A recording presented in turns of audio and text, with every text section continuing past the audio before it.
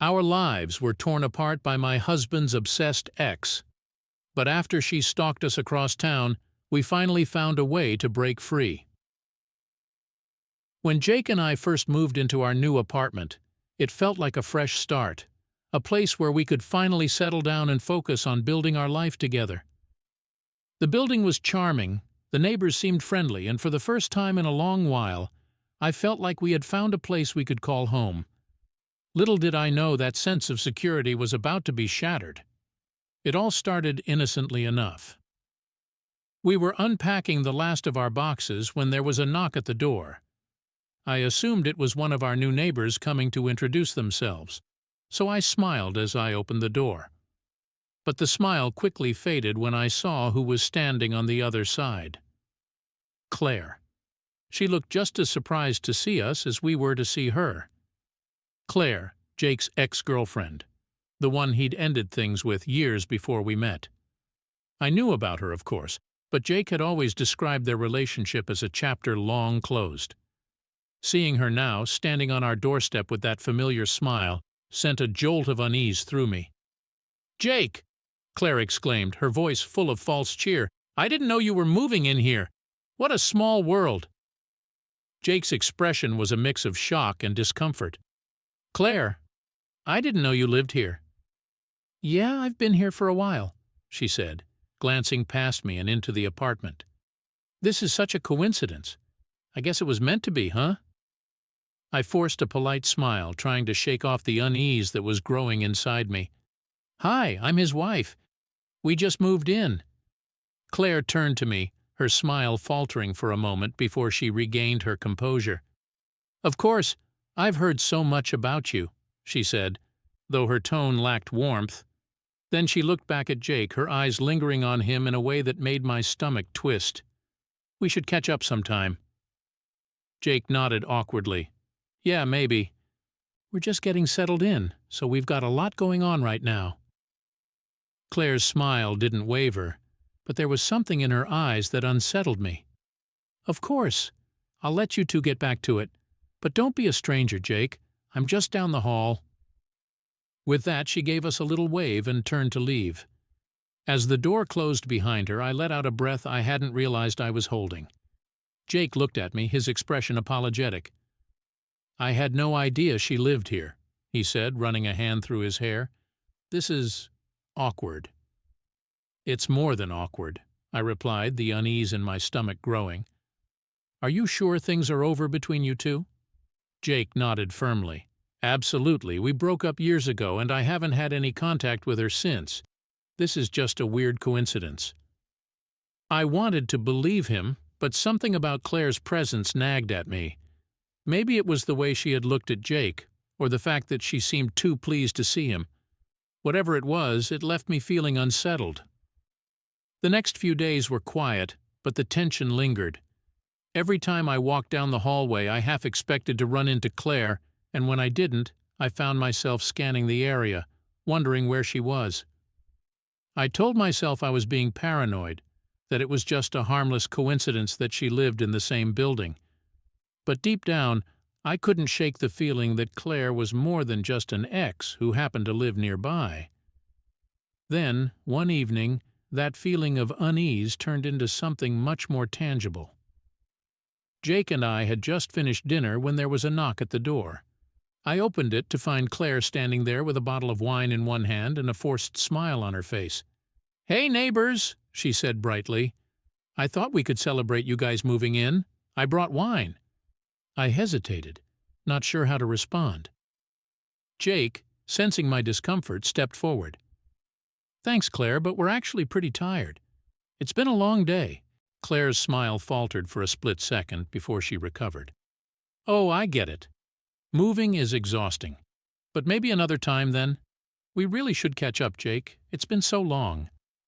"Sure," Jake said, his tone polite but distant. "We'll see." Claire nodded, her smile never reaching her eyes. "Great.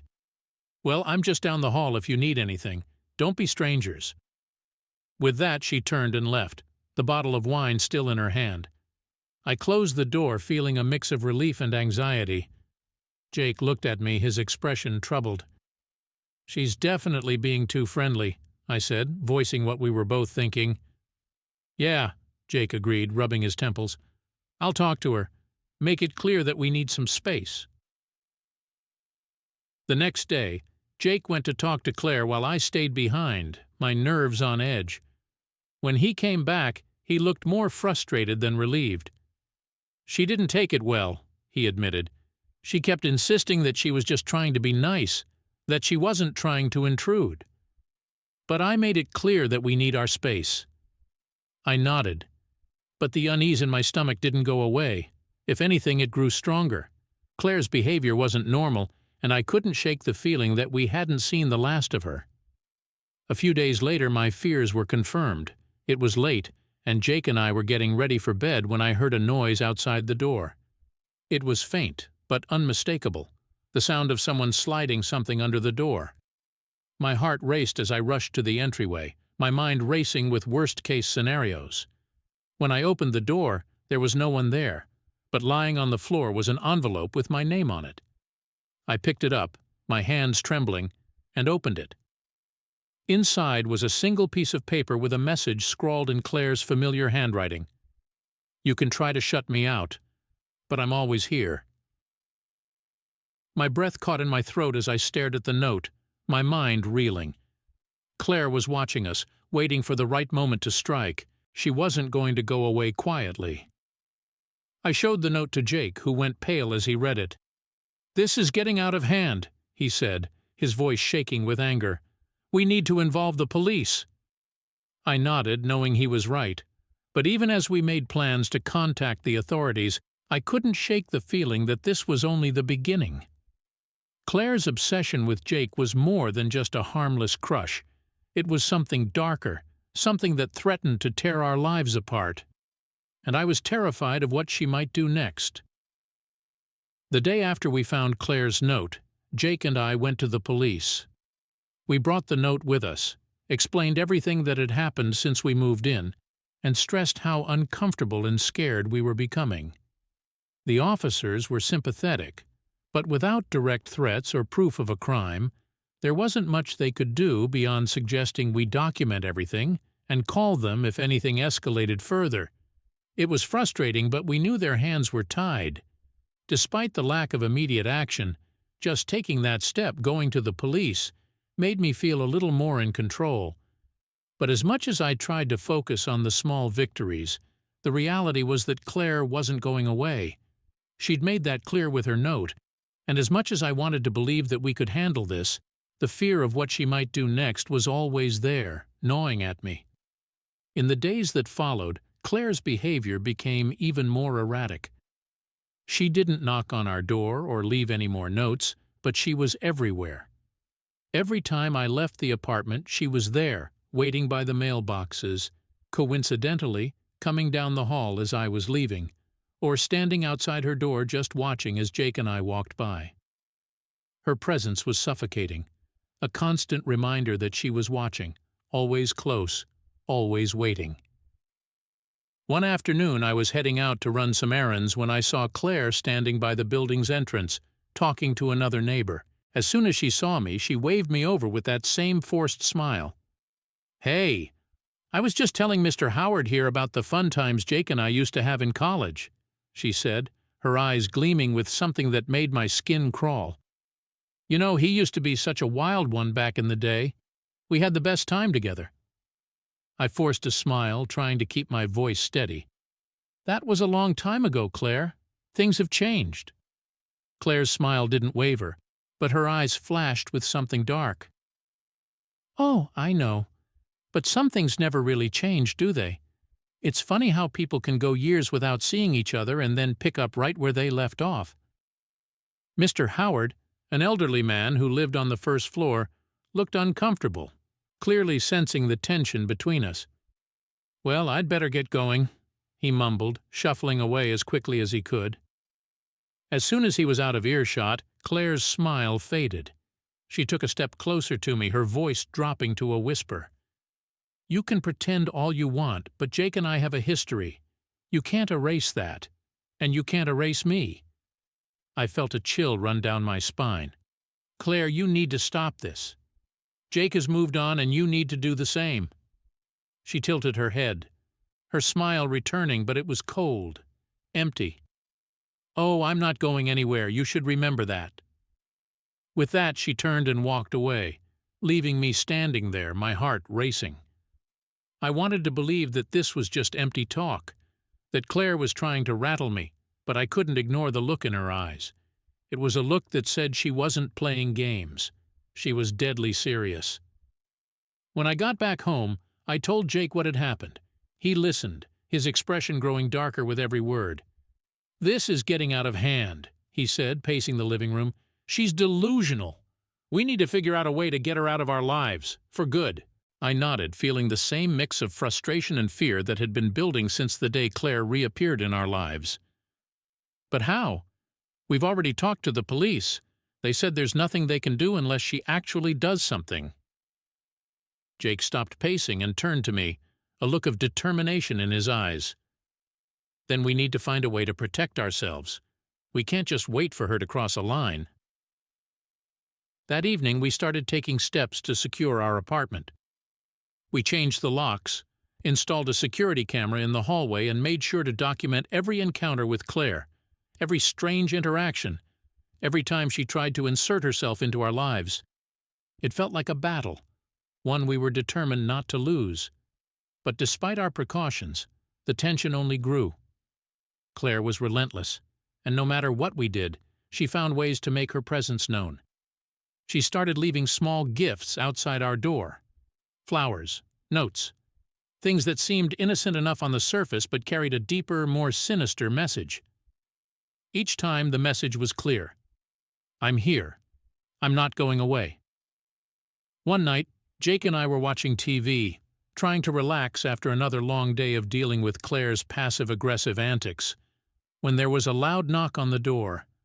My heart jumped into my throat as I glanced at Jake, both of us dreading what might be on the other side. Jake got up and checked the peephole. "It's her!" he whispered, his voice tight with anger. "Don't open it," I said, my voice trembling. "Just ignore her." But Claire wasn't going to be ignored. She knocked again, louder this time, and then she started speaking. Her voice muffled through the door, but still clear enough to make out. "Jake, I know you're in there," she called out, her tone sweet but with an edge of desperation. "I just want to talk.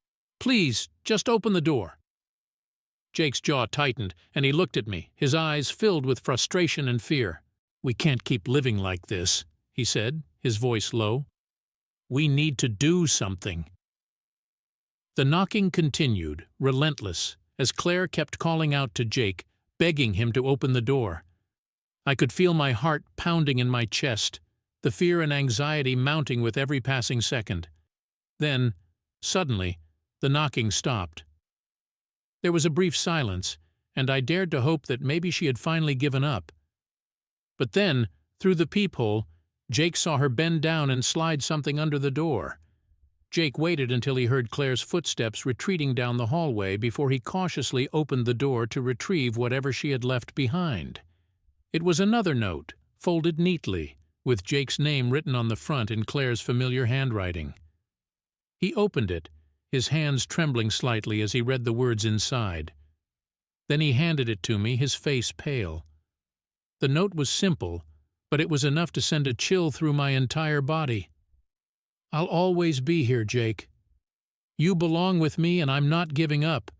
You can try to shut me out, but you'll never get rid of me.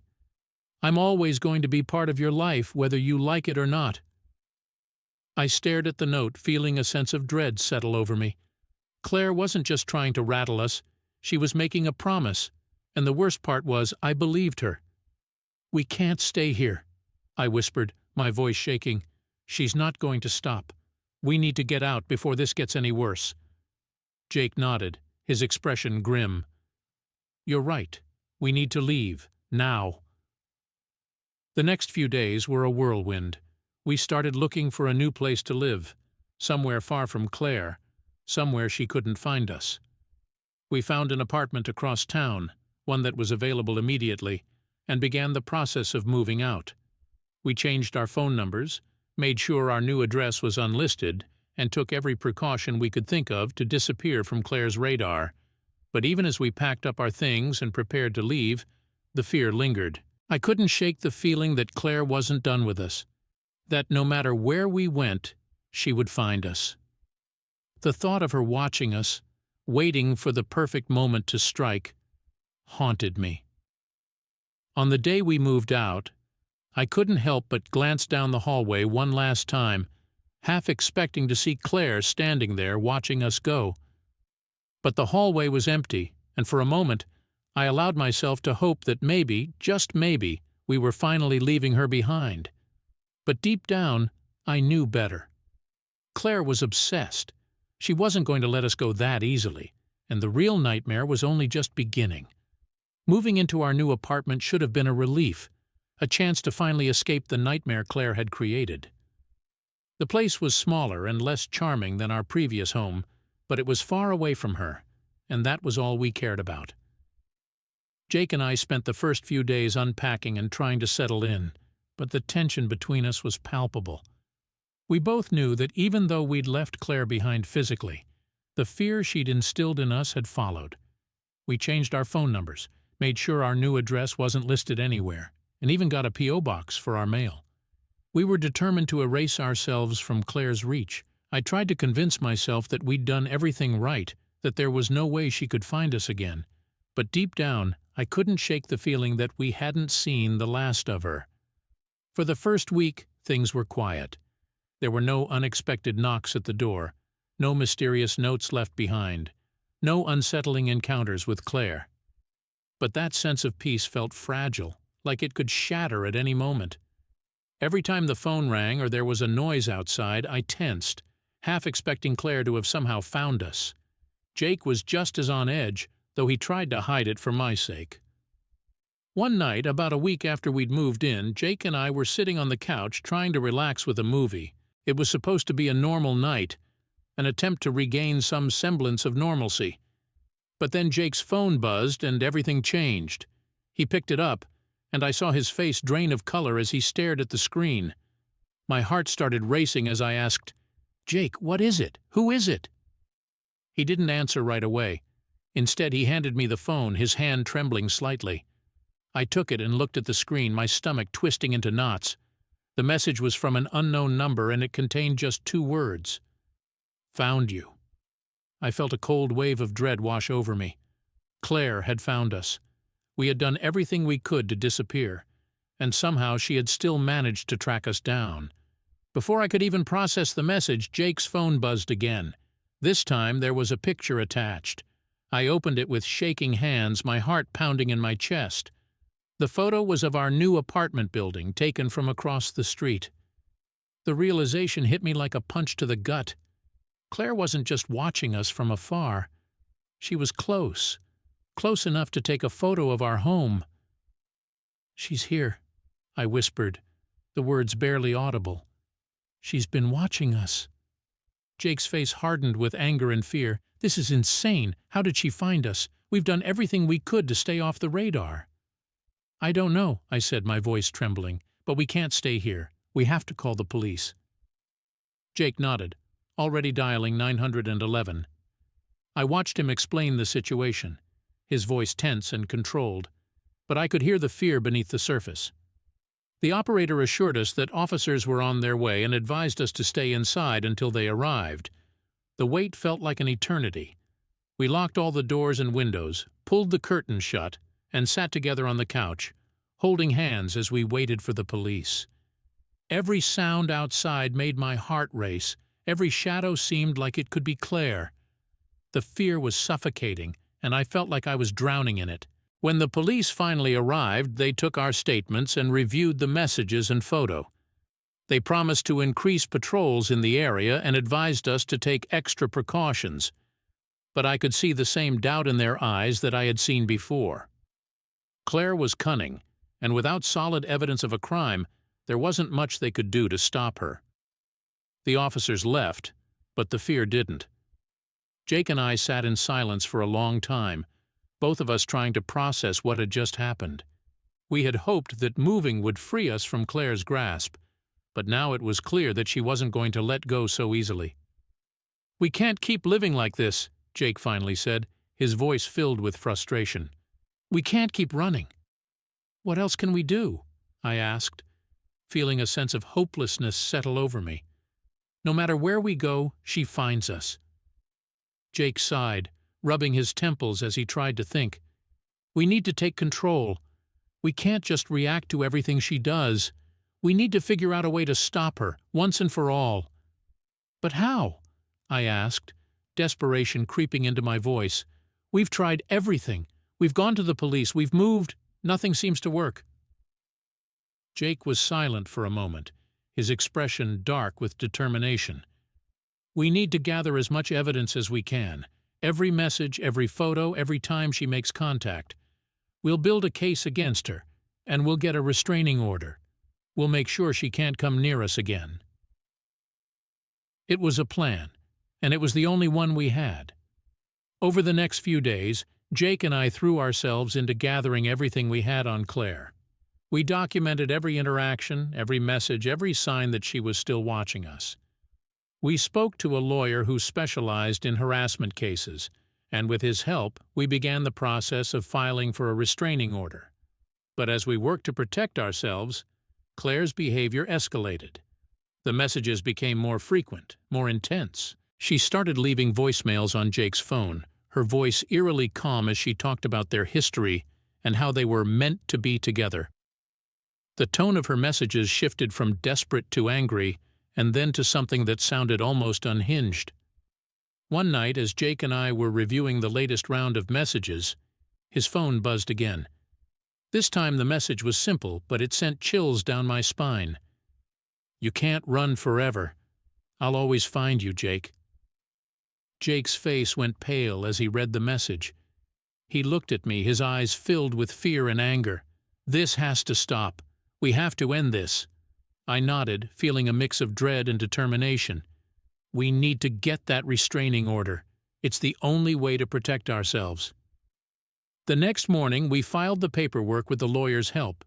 We provided all the evidence we had gathered, every message, every photo, every note Claire had left. It was a strong case, and we hoped it would be enough to finally put an end to the nightmare. But even as we took these steps, the fear lingered. Claire had proven time and again that she wasn't easily deterred, and I couldn't shake the feeling that she wasn't done with us yet. Every day I found myself looking over my shoulder, scanning the area for any sign of her. The anxiety was constant, a low hum of dread that never quite went away. Finally, after what felt like an eternity, we received word that the restraining order had been granted. It was a small victory, but it felt like a huge weight had been lifted off our shoulders. Claire was now legally barred from coming near us, and if she did, it would be a criminal offense. For the first time in weeks, I allowed myself to hope that maybe, just maybe, this was the end. Maybe Claire would finally back off, realizing that she had no power over us anymore. But as much as I wanted to believe that, the fear wouldn't fully let go. Claire had already shown how far she was willing to go to keep Jake in her life, and I knew better than to underestimate her. We had taken the first step in breaking free from her grip, but the battle wasn't over yet. And deep down I knew that as long as Claire was out there, we could never truly feel safe. The restraining order was supposed to be our lifeline, the thing that would finally give us the peace we so desperately needed. When it was granted, Jake and I both felt a surge of relief. For the first time in months, it seemed like we had taken control of the situation. Claire was legally barred from coming near us, and if she did, there would be serious consequences. But the relief was short-lived. Claire had never been one to follow the rules, and deep down I knew that a piece of paper wasn't going to stop her.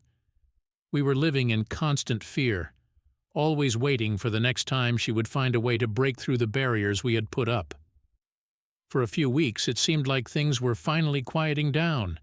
There were no more messages, no strange packages left at our door, no signs that Claire was lurking nearby.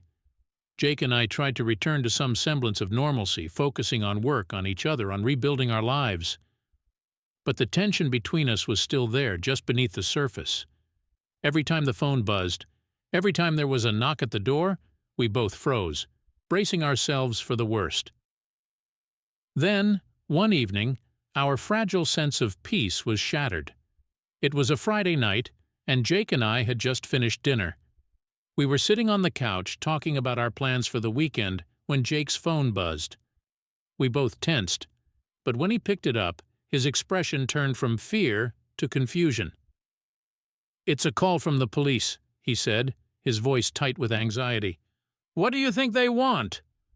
My stomach dropped. "I don't know, but answer it."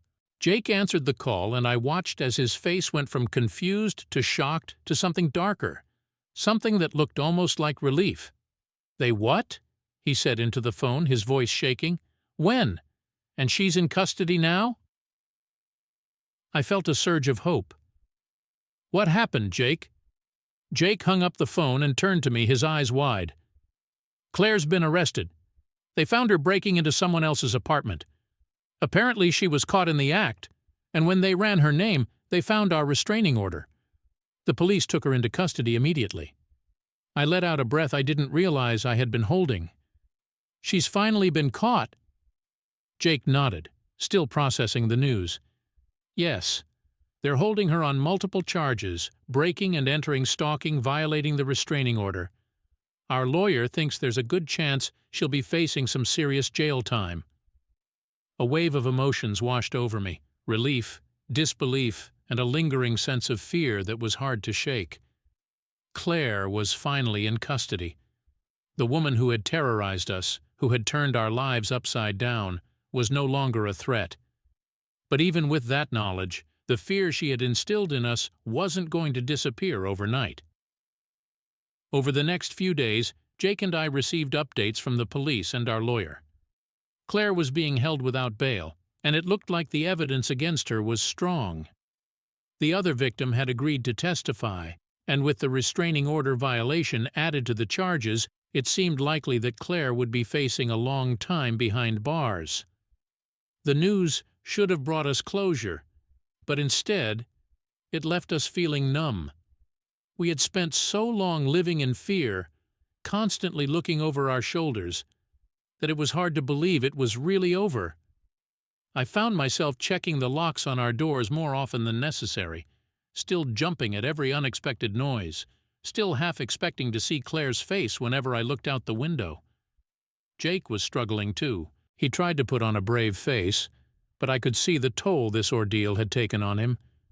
He was quieter, more withdrawn, and there was a tension between us that hadn't been there before.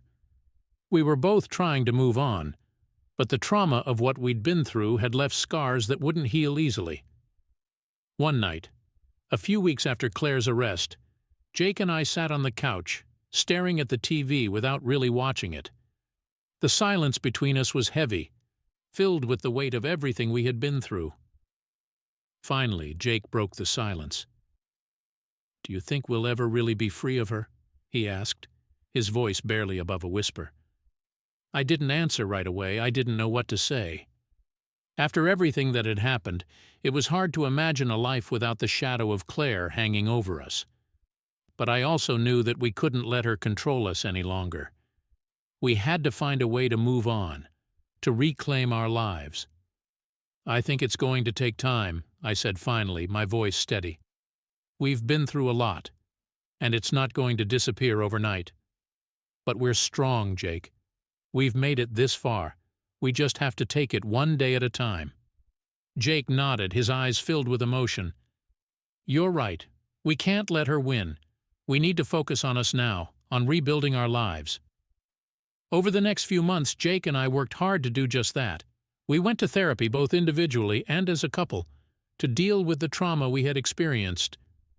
We started making plans for the future again, talking about our dreams, our goals, the things we had put on hold while we were living in fear.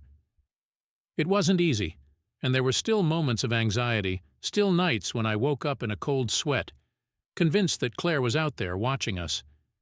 But those moments became less frequent as time passed. Eventually, Jake and I took a trip to the beach, something we had talked about doing for years but had never gotten around to. It was a small, simple trip, just a weekend getaway, but it felt like a turning point. As we walked along the shore, the waves crashing gently against the sand, I felt a sense of peace that I hadn't felt in a long time. Jake took my hand, squeezing it gently. "We made it," he said, his voice filled with quiet relief. "We're finally free." I looked at him, feeling a warmth spread through me. For the first time in what felt like forever, I believed him. We had made it. Claire was no longer a part of our lives, no longer a shadow looming over our every move. We were free, and we were going to be okay. As I watched the sun set over the water, I let go of the last remnants of fear that had held me captive for so long. Claire was gone, and she couldn't hurt us anymore. It was time to start living again, to embrace the future we had fought so hard to protect. Thank you for sticking with me through this difficult journey. If you've ever dealt with something like this, or if you're struggling with fear or anxiety, know that you're not alone. It takes time to heal, but it's possible. We all have the strength to overcome our fears and reclaim our lives. I'd love to hear your thoughts, experiences, or any advice you might have. Let's support each other in finding peace and moving forward.